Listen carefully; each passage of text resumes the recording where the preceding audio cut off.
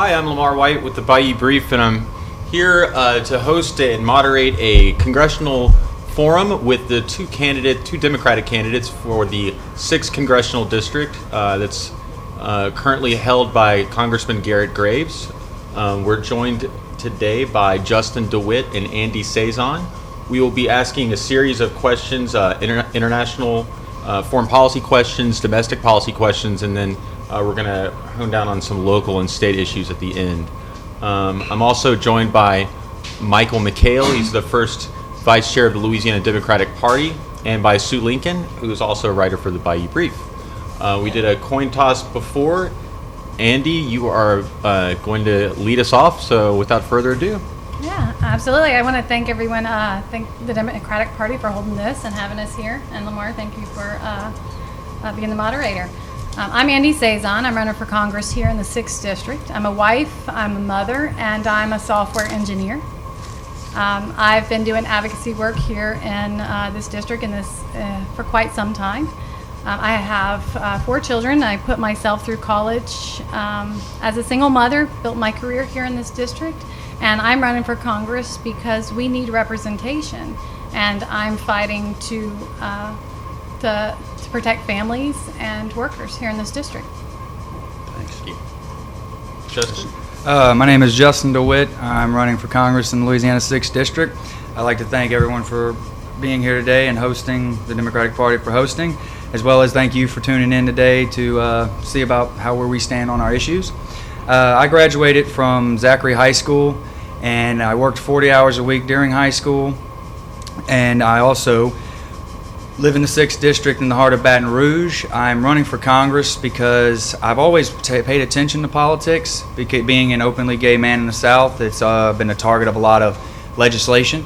So I've always followed politics, never got involved until I flooded in the 2016 floods.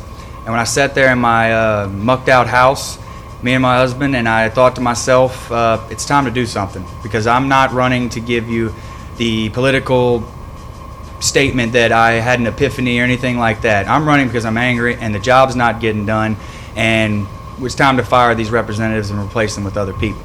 I don't believe the people of Louisiana need to be represented by sellout corporate politicians. I'm not a sellout corporate politician. I'm an average person that has over a decade of experience in infrastructure in this district, from flood walls after Hurricane Katrina and highways all across this state. I will represent the people of Louisiana because I'm just another average person from Louisiana. Thank you. Thanks. Thank you. We're going to start with some foreign policy questions. Mike? Sure. President Trump has spoken, misspoken, stated, and restated his position on Russian meddling in our elections. Given that 17 intelligence agencies have come to the conclusion that Russia hacked and meddled in the 2016 election, what would you do in Congress to hold Russia and Putin accountable while safeguarding our elections going forward? Yeah, absolutely. Is that for me? Yes, to you first. I think that it's evident that Russia has meddled in our election, and that we need to trust our own intelligence agency over a foreign enemy. I think it's a catastrophe that our president is siding with a foreign enemy over our own intelligence agency. I think it's treasonous, and I think that we need to protect Mueller and his investigation. I think that Congress needs to definitely fight to protect that investigation from being interfered with. First of all, Congress needs to censure the president for what he said in Helsinki. That is not the position of the United States. The United States' position is Russia meddled in our election. It will not be tolerated. Not only do we need to implement sanctions against the Russians for this involvement in our elections, we need to continue to put more economic strain on them as well. And as well as the Mueller investigation goes, Congress needs to not attempt to impeach needs to not impeach Rosenstein and interfere with this investigation. It's already shown there's indictments, so there's obviously wrongdoing. Whether it's in the initial, if there's no collusion, doesn't matter. There's crimes have been committed, and this investigation's already uncovering these crimes. So why would you impede it? Why would you stop? There's no point, unless you're hiding or whatever the reason they're doing that. They're not doing it for the right reason. Thanks. All right, next question. Reports are coming in from across the state of the damaging effects of the Trump tariffs, especially toward Louisiana farmers and manufacturing. The Louisiana Association of Business and Industry says they're taking a wait-and-see approach. What would you do as a member of Congress to help Louisiana businesses not be irreparably harmed? Justin, to you first. As a member of Congress, I would propose and support legislation to make all tariffs that the president would sign in have to get congressional approval within 60 days. I'd propose it. I'd support the legislation as well. Also, the tariffs that are imposed right now or suggested right now, those are off-the-cuff moments where they affect the economy greater than most people understand, and I don't support them. And I would advocate in Congress, and I would open my mouth every single day and make sure that everyone else knew it, that ain't the right way to go, and we need to reverse that. Miss Andy? Yeah, absolutely. There's already been legislation that's been introduced to do just that, and that is to get approval through Congress in order to impose those tariffs. There's also legislation introduced by the Senate that would even make it proactive from where he started doing that and go back. Now, I think it's very important that we address this issue here in Louisiana because it affects our economy the most. I've talked to business owners, a gentleman that has a fencing company. It affects his business, and that's out in Denham Springs. He said the prices of metal fences has gone up, and that makes an astronomical impact on his business. We also have farmers, soy farmers here in Louisiana, and we need to protect them. So our congressional representation needs to be standing up for what's best in Louisiana. Absolutely. Very good. Thank you. We're going to move on to some domestic questions, unless you had a follow-up. No, I'm So- good. Mike? All right, and this one will go to you first. The GOP plans to balance the $1 trillion budget deficit that they've created by cutting Social Security, Medicare, and Medicaid. What would you do to ensure that the promises we made to seniors and hardworking Americans are kept? Yeah, absolutely. And like you said, that is an agreement the government has made with us. And they often call it a benefit. But this is something that many Americans pay into their whole life. And it is the government's responsibility to ensure that we get that. It is more of an entitlement that we get that assurance that we get protected in our retirement. As far as how we are able to protect it, there's multiple ways that we can do that. There's plenty of money that we can get back through repealing the legislation that prevents us from negotiating prescription drugs with Medicare and Medicaid. That would save us $25 billion a year in taxes. I think it's important for us to repeal that legislation. Also, I think that it's important to protect our seniors. We have a moral responsibility to protect our seniors. Thank you. First of all, we wouldn't necessarily be in this situation if sellout congressmen and sellout congressional representatives like Garrett Graves wouldn't have broke his promise in December to raise the deficit. Now they want to say we have a problem. We need to cut some things. That's your typical politician selling you out. I would propose in Congress to take back that tax break, and then that right there will solve a lot of the debt problem we have. And as well as I would vote never to cut Social Security, Medicaid, Medicare, none of these programs that were promised to the American people, because those promises should not be broken. When the federal government betrays you, it takes you a long time to either get over it or to come to terms with that. You're supposed to protect and help us as a government. Breaking your promise is not the way to go. And I think Sue has a question about the Affordable Care Act. That's right. Being healthy leads to better quality of life for all Americans. The Affordable Care Act is far from perfect, but it's under assault right now by the GOP and has been for quite some time. What do you see as the best way to provide quality, cost-efficient health care for all Americans, and should it be for all Americans?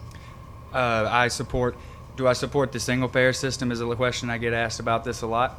I do. I'm sorry, Medicare for all. Sorry. But there's a way to get there. There's 434 other members of Congress, and I'm not going to lie and be a political statement and say day one we can get that done. That's the goal, is to get to that program. And in the time being, we can implement a program that I support, which is the Medicare buy-in system, which allows people of the lower income, based off of their income, they would have a premium, and that premium is tied to their income. So therefore, by definition, that's affordable. The lowest of income would have the lowest of premiums. That would also give us a lot of bargaining rights, or not bargaining rights, a lot of control to regulate the prices of drugs, because then the government would be one of the largest buyers of medical supplies and prescriptions. Miss Andy? Hi. The biggest thing about the AC that we need to protect is the Medicaid expansion. I think that we need to ensure that that helps our state immensely. One of the biggest problems I see with the ACA is that we give taxpayer dollars to for-profit insurance industries that profit gambling against the health of Americans. What I support that we do is the Medicare for all. But what most people don't understand is that much of the bills that are introduced are making this an option for Americans to buy into. What this allows us to do is use our capitalist market, number one, by giving Americans a public option to buy into the Medicare program, a popular program that people love and support. It gives them a public option. Also, it gives Americans the option to have private insurance if they do choose so. I think if you take the regulations off of the private insurance companies, as long as you provide the public option, you're going to stabilize the insurance market by providing competition in our capitalist market. Just as a quick follow-up, and Justin, you referred to this a little bit, the prescription drug prices, there's an awful lot of people in this country who monthly have to choose between buying the medicine that they need to survive, or buying the groceries that they need, or keeping the electricity on. Certainly what you said is overall position as far as getting to health care for all. But in the meantime, what are some specific things that you think that Congress could do to help lower drug prices to help out individuals? Congress could pass legislation to allow the flow of medications from other countries, other sources, that would lower prices. But that would be the easy fix, and that would be something that could get done if your sellout politicians would actually do something about it. But they don't want to. They love running on that issue. They love using issues. They don't want to fix problems. If they did, they wouldn't listen to their corporate backers. They would fix the problem. Me personally, after paying about $1,100 a month for medical insurance for me and my husband, I still have to fork out $30 every time I go to the doctor. My husband has to go to the doctor every month. I have to fork out money for co-pays. One of his prescriptions cost over $400 without insurance. How are you supposed to pay for that if you don't work, if you're trying to get a worker, you make minimum wage? How are you supposed to pay for that if you can't get insurance because you get messed over by your employer and you get part-time intentionally so they can dodge taxes? It's all about your corporate sellouts. Congress could pass legislation yesterday if they want it. Andy? Yeah, I think when you talk about prescription drugs for Medicare and Medicaid explicitly, we have to realize that Billy Chozan is the man that championed the legislation that prevents us from negotiating the price of prescription drugs. And our current congressman worked for him when he did that. Then Billy Chozan retired to go work for Big Pharma. Now, again, this costs us billions of dollars a year. Number one, we could repeal this legislation and be able to negotiate the price of prescription drugs for these programs, save billions of dollars, provide affordable prescription drugs to our citizens, and it would solve a lot of problems. But again, you have big money that is holding that back. Our next question, the internet has become a vital resource for conducting business and a critical part of our everyday lives. With the new net neutrality rules by the FCC, describe your position on net neutrality and what exactly you plan to do as a member of Congress to preserve the internet as we now know it. Yeah, I think there's a new bill that's been introduced to re-implement the net neutrality laws to protect us. But I'm a software engineer by trade. I make my livelihood through the internet. I work with engineers across the country. I think it's invaluable for us to provide access that is uncensored and unmetered to and make that available to all people. That affects our education of our young adults, you have all the way from early learning to when you're just building your career and trying to learn new technologies. And so I think it's very important for us to protect that for our citizens. Thanks. Justin? The reason we have this issue, rules that govern these utilities were written in the 1930s. Then they were updated in 1996. They haven't been updated since. That's over a decade before the first iPhone ever came out. All we have to do is update the rules. Congress is the app market, and they need to send us an update. They won't, because congressmen like Garrett Graves has a lot of cable companies and telecom companies that are donating to him in massive amounts. This is why the man's been silent on net neutrality issues and hasn't proposed or hasn't got behind anything. He won't. He'll never will. As long as you look at the FEC report, and as long as who's paying his campaign contributions, his owners, the people who pay everything for him, he'll never touch the subject. I propose that day one of the most important things of the internet, I'd be in there, and I will advocate and push for the update to the rules. I think I know the answer to this. If I haven't asked the same question I asked the candidates in the previous forum, but just for clarification, do both of you or either of you support the notion that the internet should be considered a public utility? As opposed to being privately regulated through the various internet For example, providers. Lafayette provides fiber to the home as a public utility. Yeah, you want him to answer? Public either utility. one. I'd rather it be a public utility. Okay. Yeah, I would think that it needs to be a public utility, just like our electric, water, those types of things. And also, I think just like our public libraries, there needs to be, even additional to our public libraries, accessible internet. This becomes a problem in our rural areas, and so we definitely need to bridge that gap. Excellent. All right. Our democracy is based on representation, where the people choose who represents us, not the politicians choosing who they want to represent. What we're referring to is gerrymandering. How do you think the government should address the issue of gerrymandering districts to ensure fair representation before the vital 2020 elections, before the next census, and after? I support, there's legislation in Congress right now, and I support it. It is to change the rules, change the way they redistrict maps where it's proportionalized districts. Some states you get 2 districts with proportional representation. So if 70% of a district is Republicans, then you would have 2/3 of a district is Republicans, you'd have 2 representatives and 1 Democrat. It would be proportional. I support it, and if it failed and I get into Congress, I'm going to propose it again, similar legislation. And it's pretty simple there. Gerrymandering, you shouldn't get to pick your voters, they need to pick you. This district's one of the most gerrymandered ones in the state, and it's an atrocity that the same people who represent it, that these districts are drawn like this, and if you look at the borders, why they are drawn that way, it's very evident of why Republicans and why they've drawn them that way. And Democrats do it on East Coast states as well. It's a bipartisan agreement that they will abuse the system and corrupt it if they are allowed to. So you have to take that ability away from them. Yeah, gerrymandering obviously is a problem. I think we definitely need to rely on our courts to do what's right and uphold our Constitution. I'm very proud to say I'm friends with one of the lawyers that filed the lawsuit here in Louisiana.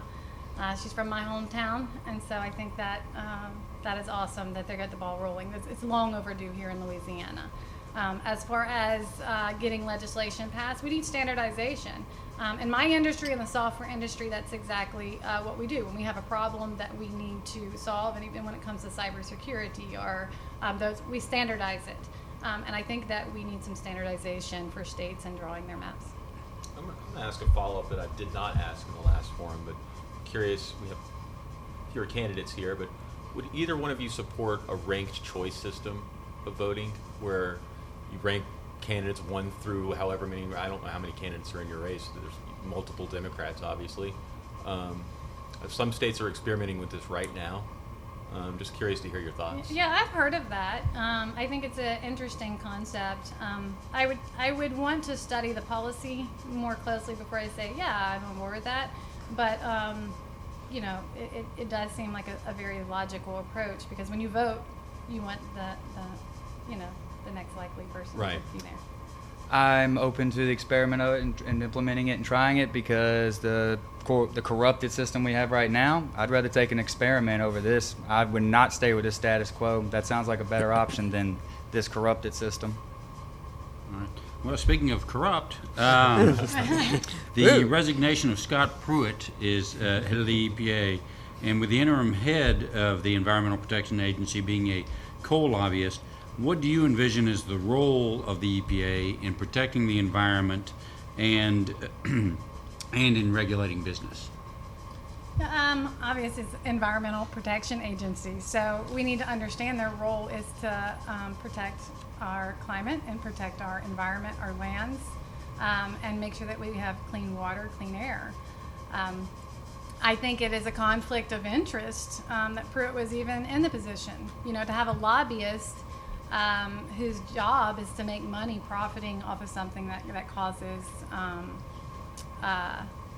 our problems in our environment is just a complete conflict of interest. I think that it's important for us to acknowledge that global warming, climate change is real, and to address these issues, especially here in Louisiana, where our land, our environment is so much of our culture and our livelihood. Our fishing industry, our farming industries are impacted by climate change, along with our coastal issues and our flooding issues. The EPA was created to protect us from any entity, corporation, person, whatever, from polluting and destroying our environment and affecting us all. Congress has oversight authority. They have authority over the EPA. Congress is supposed to make sure the EPA is doing their job. They've taken a back seat and let them just not enforce anything, because why? Yet again, the root of all evil in our political system is the money that is corrupting it. And sellouts like Graves and the rest of our congressional delegation on the GOP side, they are just happy with the EPA just sitting back while companies can pollute and there's no enforcement of the rules. If I've elected to Congress, I'm going to get in there and I'm going to not only propose every time there's an issue with the EPA not doing what they're supposed to do, I will be very vocal on the EPA. You're not going to get away with polluting. You deserve better than that. Let me ask a follow-up, which I asked in the last candidate forum. Do either of you feel that nature, our natural resources, should have a right to exist as sovereign, if you will, just like corporations have sovereign rights? In other words, should we consider our natural resources to be property, or should our natural resources be protected by all of us because they are part of all of us, not belong to, but part of all of us? Are you referring to them being more public? I'm talking about rights of nature versus corporate rights.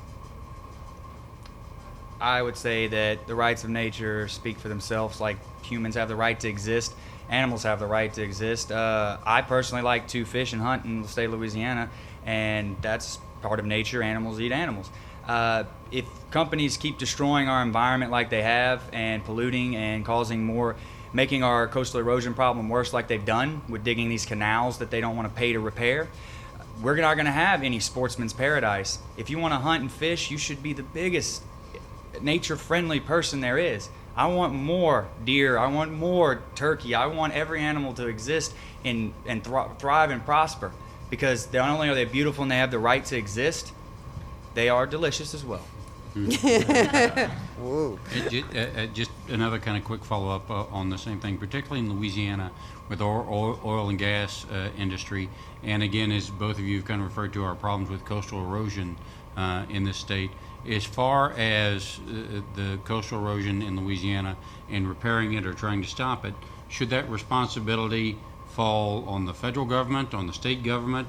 Should it fall on the corporations that have done it? Or practically right now, what is the best way that you feel to address that? I would address your question as well. I think we have a moral responsibility to protect our earth, to protect the animals within it, including humanity, and to preserve that for future generations. So I would absolutely agree with that. As far as your question, I think that there needs to be a balance between both. You know, when you look at the BP oil spill, you know, that is something that was man-caused by corporation. They have liability. They are responsible for this. And then when you also have industries like oil and gas industries coming in, digging pipelines, decades ago, we're talking 50, 60 years ago, now even having impact, sinkholes, and even the impact they have on our environment, they have a responsibility, a liability to pay for those things. That shouldn't fall on the taxpayer dollars when somebody profited billions of dollars on an industry. As far as natural climate change that is not man-made, I think there is some part that we will need to, like hurricanes, things like that. We have a responsibility as taxpayers to help not only our state, other states that experience that as well. First of all, it's a failing on the state of Louisiana back when Bobby Jindal was our governor and Garrett Graves was shielded those companies who dug these. There was lawsuits against the companies who dug these canals that cause our saltwater intrusion even more. That Garrett shielded them.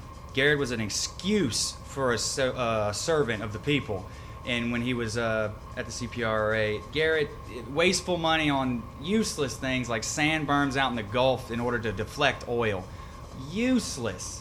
How do you stop? How do you hold these people responsible for it? It's easy. Pass legislation that treats pollution,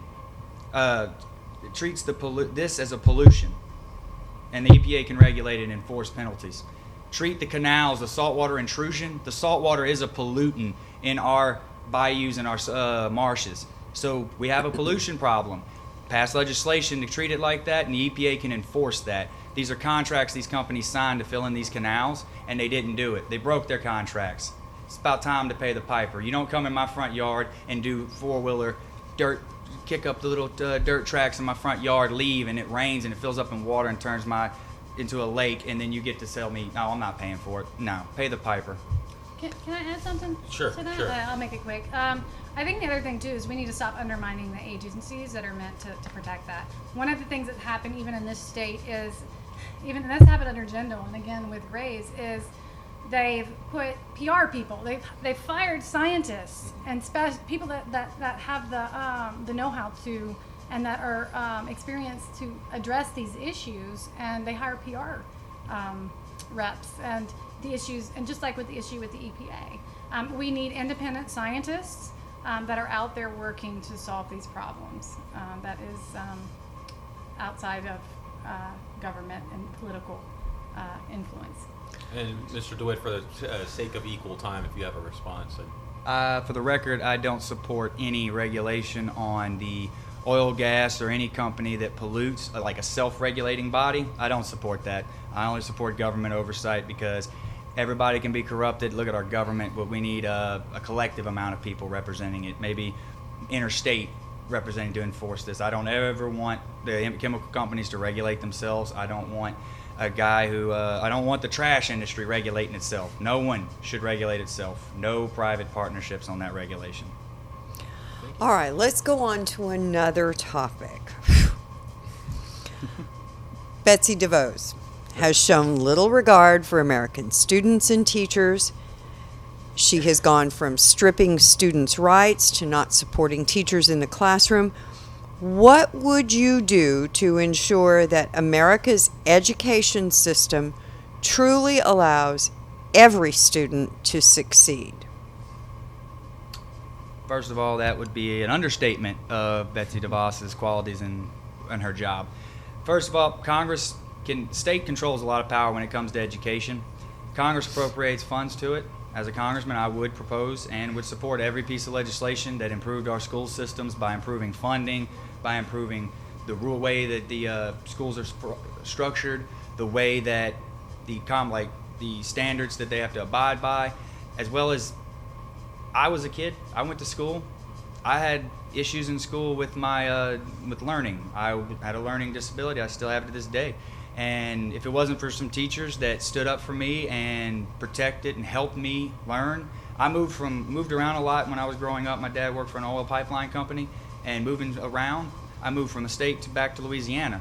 They didn't recognize my academic credits, and I had to repeat all my academic classes. In the 10th grade, I had to do my 9th and 10th, and so on and so on. I graduated on time because of the teachers that stood up for me. We need to support our teachers more than anything. Yeah, I think that the biggest thing is the defunding of our public schools. It needs to be addressed. The GOP, Republicans want to privatize everything, including our education system. And I think that's the intent that Betsy DeVos has. And I think that it is important for Democrats to stand up and say no. I'm a product of public schools. I have 3 children that are currently in public schools and a 4th one that'll be there eventually. So I am definitely an advocate of supporting our public schools. I think early education is important for us to have funding and support.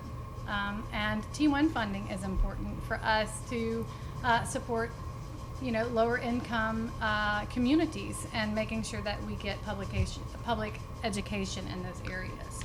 Also support programs like TRIO. We have Democrats to thank that not only did we not lose that, but we gained funding because they fought for that. And I will continue to fight for that as well. Thank you. We're going to move on to some local and state issues. Not that we haven't already been covering Louisiana issues, but I think, Mike, you have the lead-off question in this section. With the failures of the Veterans Administration, the increase in homeless veterans, and the increase in the suicide rate for veterans, how do you envision the VA providing adequate and expedient services to those who sacrifice for this country? I would say we need to fund them. This is another thing that we as Americans have a moral obligation to. Our men and women that go off and serve our country, put their lives on the line for our freedom, shouldn't even be a question for us whether we need to support this or not. It is just something that we need to support and figure out how to resolve the issue. So I definitely support funding for us to let the VA do their job, and we need to listen to what they need to give adequate health care, job training, and even rehabilitate veterans who are in combat that suffer from post-traumatic stress. I think it's important for us to make that a priority. Can I just point out real quick that this is actually, Sue pointed out, this is actually not a Louisiana question, so don't feel like you have to answer it in a Louisiana context. It is a national question.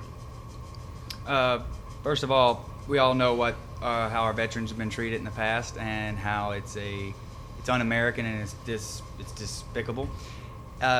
First of all, currently we treat the U.S. military's budget like a blank check. Why are we doing that with our veterans?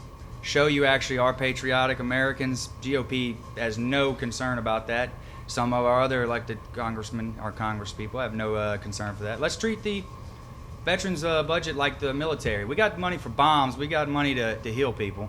These people fought for this country, and I would support, obviously, the funding as well, but also I would start treating the Veterans Administration like the military. We have how many military bases? Why don't we have even more access locations for the veterans? Why do we have to go miles and miles around? My grandfather served in the U.S. Air Force, so did my dad. My grandfather had to retire and wanted to go into a VA health facility. He had to move to Biloxi. Why? From Lake Charles, Louisiana to Biloxi. That's not American. Thank you. Very good. All right, here's a tough one. Women in Louisiana earn 67 cents on the dollar compared to men. For women of color, it's 49 cents. With our legislature's inability to pass equal pay legislation, what would you do on the federal level to ensure that Louisiana women get equal pay for equal work? Well, as a single mother that put myself through college, being told that I couldn't do it because I was a woman and that I was a mother of 3, that it would be impossible, I did it anyway. I also went into a male-dominant industry. I'm a software engineer. I know what it's like to be paid thousands of dollars less than my male counterpart and equivalent to the men that I oversee in a team. So I, as a woman, have experienced this issue, and it's a problem. It is an evident problem. We have data that supports this. I definitely support legislation in Congress to address this. The Fair Pay Act of 2017 is something that I think that we need to use to fix this. And I think we also need to address this with the minimum wage as well. I support the legislation proposed by Congresswoman Norton, I believe. I had to check that one. I couldn't remember her name. Basically, the equal pay issue is because of a few contributing factors. Sometimes companies unknowingly pay differences in pay. Sometimes it's malicious. And then other times it's just downright evil. I support legislation that would take that and make companies have to report all their employees' pay to the agency, to the federal government. And then if there's something suspicious, someone's getting paid less for the same job, it's on the company to prove why that's happening. Why is that discrimination happening? As well as majority of the equal pay gap comes from women in the workforce. When a woman becomes pregnant, she leaves the workforce temporarily in order to go home and start the family and then come back. Many women transition back into the workforce. We need family and medical pay leave for women, men. Both need to take, there's responsibility, and they both want to be involved in that, and we need to make it possible by passing legislation for family and medical paid leave.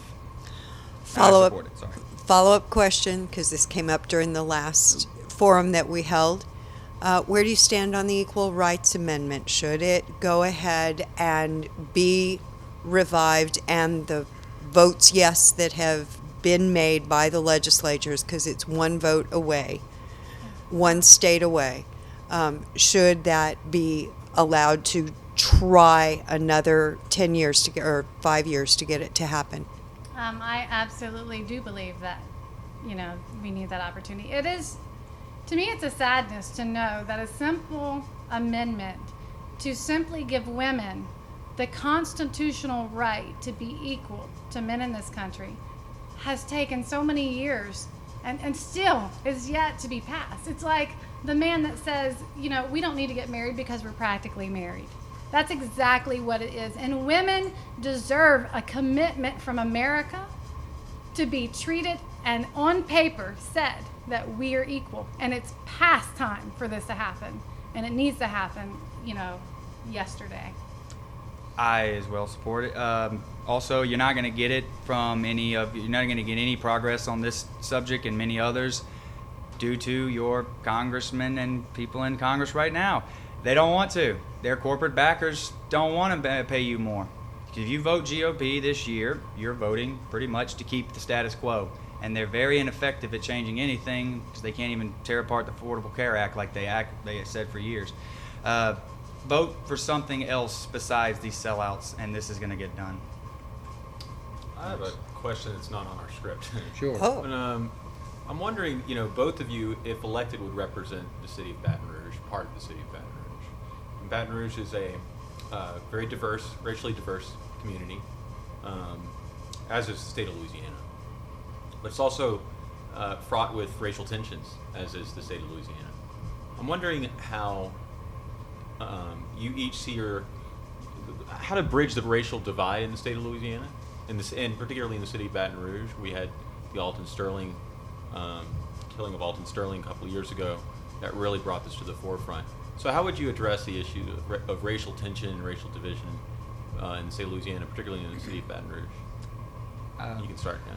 I wouldn't put up with it, with racism, I mean. As a openly gay man in this city in the South, I'm a Caucasian, and I'm in rooms, and I get to hear what some people say behind closed doors, and they say it just because I'm white, that I'm part of the good old boy system. I've heard it.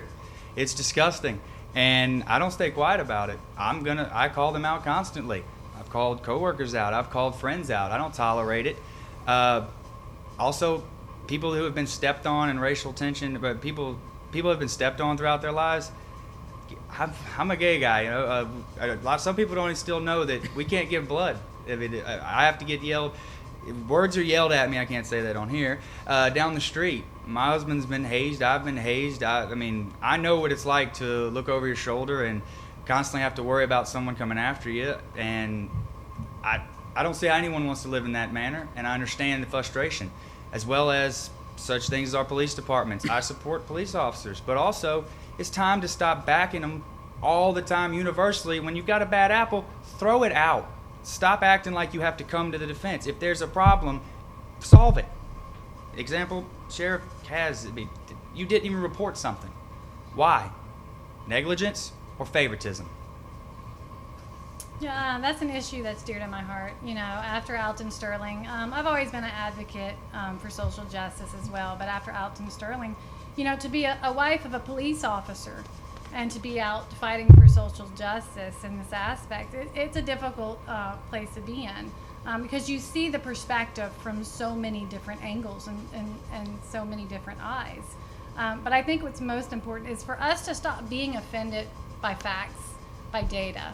You know, data is what shows us discrepancies, racial discrepancies, sexual discrepancies, gender discrepancies. And I think we just need to stop being offended by the data and just look at the facts and fix the problems.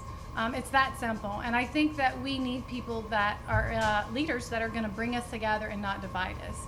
And I think ultimately people in power, they want to throw gasoline on that division, because as long as we are a people that are blaming one another, pointing the finger, and hating each other, then we're divided and we're powerless. And I think you have the next question. Yeah. With Governor Edwards expanding Medicaid in the state, we brought 19,000 new jobs and over $1.5 billion in direct economic impact to the state. Do you support Medicaid expansion? And if so, how would you protect it on the federal level? Yeah, I absolutely support Medicaid expansion. As you said, it is completely helps our state. I think what's important is not to allow the repeal of the ACA to happen. You know, that is what is protecting our Medicaid expansion. So it's simply making sure that you don't get the ACA repealed. Now, we can enhance it and fix the problems with the ACA, but I think Medicaid expansion needs to stay in place. I say we need to repair the problems with the ACA, but also we need to stop letting the GOP tear it apart and intentionally sabotage it and make it more expensive. I recently went to the doctor a few weeks ago, and some things that were covered last year wasn't covered this year. Why? I wonder why. How do you gripe about something for over years and years and years when you had a previous president? Then you get control of the House, the Senate, the president, and arguably the Supreme Court, and you can't get anything done. I mean, I don't want you to get anything done because you're counterproductive. But the GOP can't even get that done. But they just assault it and tear out things in order to make it worse on us, to aggravate us so that we get angry and they have something else to run on. We need to move towards the Medicare buy-in system. We need to move towards Medicare for all instead of just this archaic form. What happens if you lose your job? You don't have insurance. You have to go on Medicare. Better system. Thank you. Thanks. All right. Louisiana is unique because we are on the convergence or the divergence of energy production and the environment. How would you protect both the environment and ensure Louisiana remains a dominant force in energy production? That assumes, by the way, that you think we should remain a dominant force in energy production. Well, We there's should. other forms of energy. We too. got a Sorry. lot of, you're fine. We got a lot of forms of energy in Louisiana: wind, solar, hydro, not just that oil. First of all, you diversify. We need to diversify our economy. Louisiana's economy is dangerously dependent on oil companies. It's time to diversify like you do with your stocks or your 401k markets. You know, you don't just put it all in one basket. What happens? You know what happens. We need to diversify our energy because also that's independence. That's a national security issue right there. You talk about, current administration talks about China getting ahead of us, and I'm sorry, he mispronounces it, but China is working us over and we're not getting a good deal. China's got the right idea with the green energy. They see the line in the sand. Even companies who are producing the oil, like Saudi Arabia, are diversifying their economy because they know the day is coming. There's an end to the life after oil. They know it's coming. They're diversifying.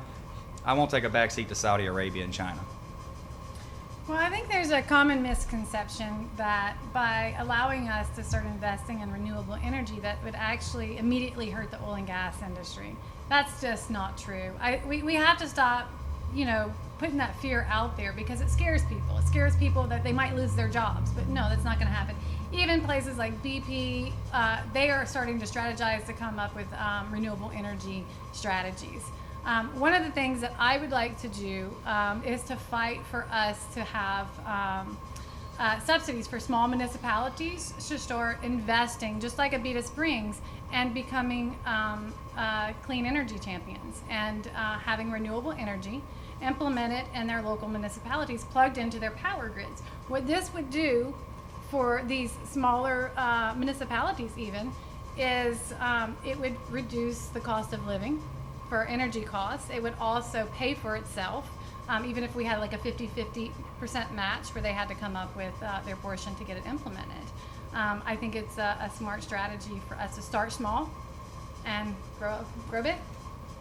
Just as a quick follow-up, I think particularly in Louisiana, because we've had so much oil and gas, that a lot of the people in Louisiana feel that we have to make a choice between a clean environment or jobs. You either help out the economy or you help out the environment. I think we all realize that's probably a false choice, but how do we get the people in Louisiana to understand, or how do we get the leaders in Louisiana to understand and move beyond that? Vote them out. I think a lot of it, well, there's a lot of money. A lot of money goes into politics, and they have a lot of propaganda, a lot of fear tactics that they use. But, we still have cars. We still have a lot of means for oil and gas companies. Don't get me wrong. Eventually, we want to progress, but a big start small for us to evolve and stay to be those champions. Again, it's to start small. Start with renewable energy, implementing at a local level. It's going to benefit the people. It's going to pay for itself. It's going to create jobs, and we move forward. We progress. We don't have to do this overnight. Starting small and local and things like that was for 1995. Climate change is not anything we have time to continue to kick the can down the road and keep waiting. Climate change has been evident since the late 1970s when we discovered lead in gasoline as a bad pollutant and it harms us. Oh yeah, number one, it's no more time to waste. I don't want to sit here and tell you that we're going to take small incentives. I want guarantees. I'm tired of waiting. There's no reason to wait except for your sellout politicians want to wait because that's what's the best thing, to kick it down the bucket. They take oil money and they will give you this ridiculous thing about we don't need to change it overnight. That is such BS. You can do it.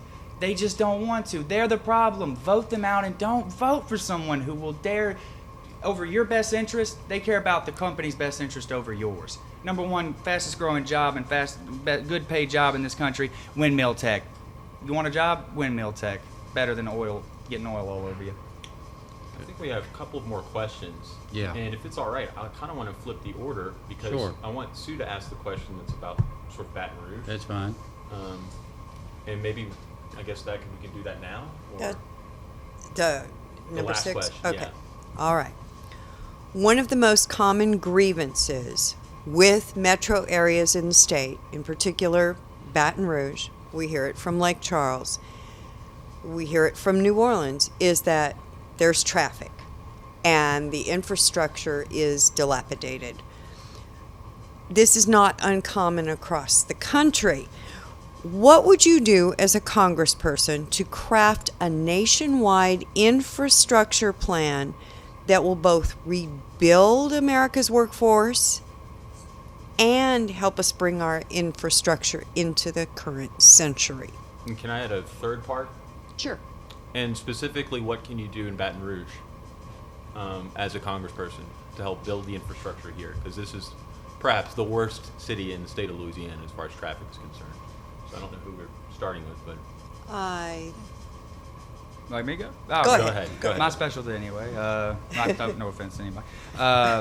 As I work I'm a party chief at a survey company, and we do a little thing called surveying. We go around the state. We're on the forefront. We're the first people on a construction site. We're the last people on a construction site. And as I've worked all across this state, name a highway, I'll tell you where a good place for boudin's at. Worked everywhere. Flood structures in New Orleans. What you can do is first, as congressman, I will propose legislation to repeal the tax giveaway and propose a real $1 trillion infrastructure package, unlike the administration's joke of a proposal, because typically the federal government foots 80% of the bill, and the states and municipalities, they book 20% of the bill. The administration's proposal was opposite. They foot 20, you foot 80, because they want your legislatures to raise money on the taxes on you, because they can't get it done, so they kick it to the state. Typical GOP tactic there. Want to get it done? Infrastructure includes internet, that's infrastructure. Water pipes for drinking, that's infrastructure. And how do you fix the problem in the Baton Rouge area? You don't just keep widening roads, you invest in alternative transportation. Imagine how better New Orleans and Baton Rouge could be with a train that can get you both. People would stay in Baton Rouge at hotels and take the train down to New Orleans for events. Not just building highways ain't the answer. You start building a bridge today, it'll be 10 years before it's done. The stuff we're doing now, by the time it's finished, it's outdated already. Yeah, I think there needs to be a two-port system. Number one, I definitely think that we need to invest in infrastructure. And one thing people have to understand, like, how do you pay for it? It pays for itself, too, and also creates jobs. It also brings in business. It grows our economy, plain and simple. So I think we need to get over the fear of, like, the cost, because it's going to pay for itself.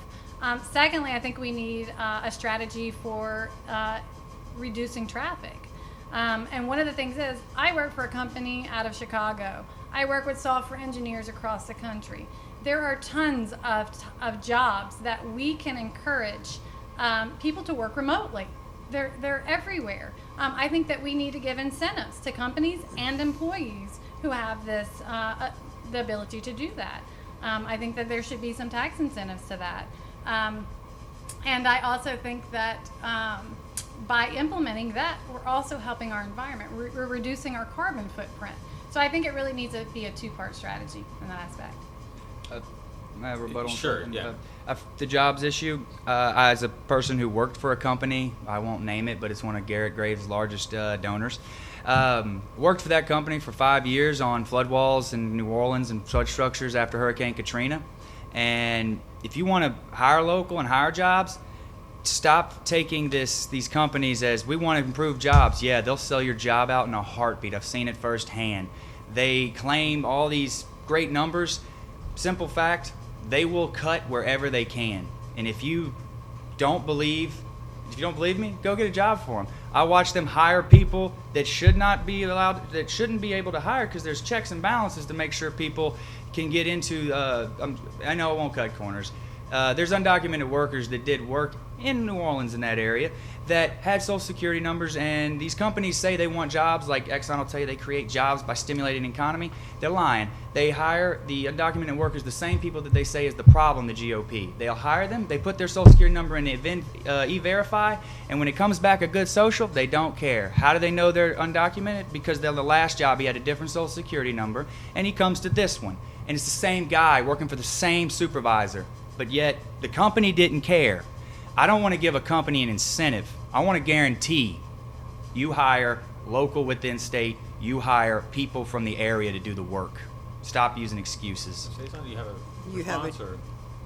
Yeah, I think that that kind of addresses immigration and an aspect, which is a little bit of a change of topic, but I can agree that we need to have stronger penalties on companies for hiring people that are here illegally. You know, I think that is part of the problem. I've worked for software development companies in which do payroll systems, and I can tell you that there are Social Security numbers that are reused over and over again within companies, and that is a problem. And I think there are multiple ways, even using technology and establishing means of accountability to prevent that. think that we are almost running perfectly on time. Oh, that's awesome. So we have one more question and then closing remarks. Sure. Louisiana does not have a state minimum wage. The cost of living across the state varies from New Orleans to Lake Charles, from Shreveport to Slidell. What do you think is a fair livable wage in Louisiana? And what would you do on the federal level to ensure that Louisiana residents get that long-awaited raise? Can I add on the first part? Sure. Can you name a number too? When you say what is a livable, what's a fair livable wage? I'd like to hear an actual dollar amount. Yeah, absolutely. You know, I can tell you, again, you know, when I was 24 years old, I was 2 months pregnant with my third. My husband walked out on me at the time, and I barely made over minimum wage, you know, and I could not survive with my children. And I think that, again, that is an issue that is very, very dear to me. People deserve to have a job and get paid a living wage. Minimum wage absolutely needs to keep up with the price of inflation. If it kept up with the price of inflation as of today, it would be $12.50 an hour. That's where we would be at.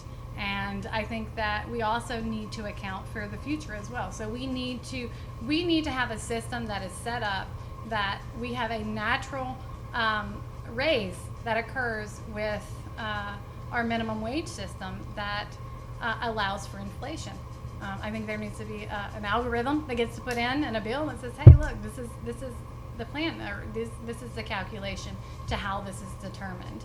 I also think that we need to invest in education as well. I think that it's important to have debt-free and even public colleges for people to have training so that they have the ability to raise themselves up and have opportunity to even make above and beyond that minimum limit. Thank you. Justin? First of all, I do agree that we need to tie the minimum wage to inflation. You do your research very well, I see. I got the same numbers as well. We tied it to 1960s. It would be around that. That's correct. But there's also another problem. We have a huge rampant issue in this country with GOP or elected politicians typically shielding these giant corporate welfare industries like Walmart, like your retailers that pay minimum wage, the current minimum wage, get away with paying an unlivable wage. And guess what? We foot the bill because our taxes have to pay for the safety net programs in order to help these people have a decent life because they're getting screwed by a company. In the corporate welfare system, raise the minimum wage, and we have less people using the safety net programs. No incentives, no tax breaks, raise it, and that is the end of the story. Raise it, we have less people lifted out of poverty. You shouldn't work 40 hours a week, come home and decide, should I pay the power bill or should I pay the car insurance? That's a joke. That's not American. I have a follow-up question. The state of Louisiana has legislation that says local municipalities don't have the right to set their own minimum wage. It's called state preemption. Should local municipalities have the right to say, in this community, a living wage is this and this is what you must pay? We just saw this in Seattle, right? Right. Seattle did It's happened in Seattle. It's happened in a number of places. Yeah. I'm sorry. Go ahead. Yeah, I would say absolutely. I think within a small governing body like that, I think that is a little bit of overreach. I mean, it's one thing if they want to go under the limit, but if they say, look, in our city and our cost of living, and they're using an algorithm to calculate the means of the minimum wage to live in that area, then by all means, honestly, that's a better solution because the cost of living varies so much across the state, across the nation. And so we need to take those things in consideration. I agree, and I'd like to speak English, and I'm not going to be like Garrett and tell you political terms. It costs more in New Orleans to live than it does in Baton Rouge. Fact, it costs more to live in Los Angeles than it does in Baton Rouge. I support municipalities raising the minimum wage in their area as high as they deem necessary, but you better not ever try to go below the living wage. Okay. That's not acceptable. I think that concludes our question and answer portion. I really want to thank the Louisiana Democratic Party and Andy Saison and Justin DeWitt. It's really an informative conversation, and I think voters have two really great choices in this race. So wish you both the best of luck I think that Justin, you go first. Is that right? And then Andy will conclude. I hope today that I've demonstrated that I'm an average Louisianian sitting here talking to you and seeing where I stand on things. And I hope I've energized. I hope you're ready for November in order to vote out these sellouts. You know, when I don't do my job right, I get fired. It's time to fire Congress. It's time to fire a majority of these representatives that don't represent anything but the people who put money in their campaigns. I'm sick of it. I'm not running because I had an epiphany and I want to, I want to stand up for people. But that's not I'm not going to give you that political garbage that they tell you. I had an epiphany. I want to stand up for this and that. No, I'm angry. If you're angry, you can join. I want to recruit you to join this campaign. We're going through to November. It's going to be a long, and it's going to get dirty, I'm sure, because Garrett Graves is a very dirty politician. So I'm looking forward to calling him out on his lies, his misrepresentations, and it's pretty much time to clean house with Congress. If you want to check us out, you can at DeWittForCongress.com, Justin DeWitt for U.S. Congress on Facebook, and DeWitt4 Congress for Twitter. And thank you for tuning in, and hope to talk to you again. Yeah, I'm Andy Cezanne. Again, I'm a wife, I'm a mother, I'm a software engineer. I love what I do for a living as a software engineer. I work very hard for my career. So I'm absolutely not doing this because I need or want a career. I'm doing this because I look back at the woman I was 15 years ago, that single mother, raising 3 children, trying to survive. And I'm concerned about that woman.